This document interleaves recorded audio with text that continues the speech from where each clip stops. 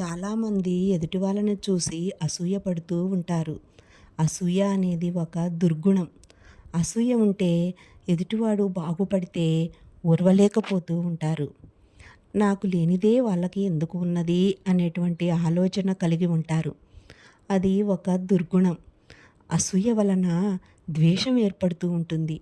ద్వేషం వలన ఆరోగ్యం కూడా దెబ్బతింటుంది. కాబట్టి ఎదుటివారి గొప్పతనాన్ని చూసి సంతోషించాలి.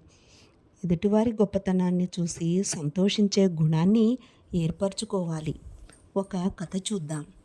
అడవి గాడిద ఒకటి ఇంటి గాడిదనొకదాన్ని చూసి దాని దగ్గరికి వెళ్ళింది. అది ఎంత బొద్దుగా నున్నగా ఉందోనని, దానికి ఎంత మంచి తిండి ఉందోనని అసూయపడింది. కానీ ఇంటిగాడిద మీద మూటలు ఎక్కించి యజమాని కొరడా పట్టుకొని దాన్ని తోలుకుపోతూ ఉంటే చూసి, నువ్వు ఎంత కష్టపడుతున్నావో చూశానిప్పుడు.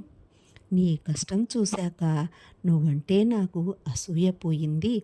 నీవు నీ యజమాని పెట్టే తిండికి మూడింతలు పని చేస్తున్నావని ఇప్పుడే తెలిసింది నాకు అంది అడవిగాడిద. ఇతరులను చూసి ఎప్పుడూ అసూయ పడకూడదు సుమా. Thank you for watching. Please like, share, subscribe for more videos.